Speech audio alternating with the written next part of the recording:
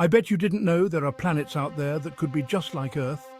Let's dive into NASA's most exciting discoveries. Imagine a planet like Earth, but 1,400 light-years away. Meet Kepler 452b, a world that's eerily similar to ours, orbiting within its star's habitable zone. It's like Earth's older cousin, but could it support life? Next stop, Proxima Centauri b, our closest exoplanet neighbor at just 4.24 light-years away. Nestled in the habitable zone of its red dwarf star, it's tantalizingly close and potentially life-friendly.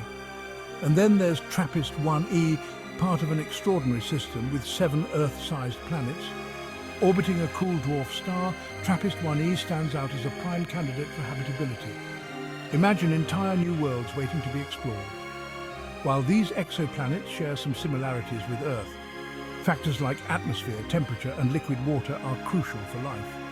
NASA's search for habitable planets continues, with each discovery bringing us closer to answering the ultimate question: are we alone in the universe?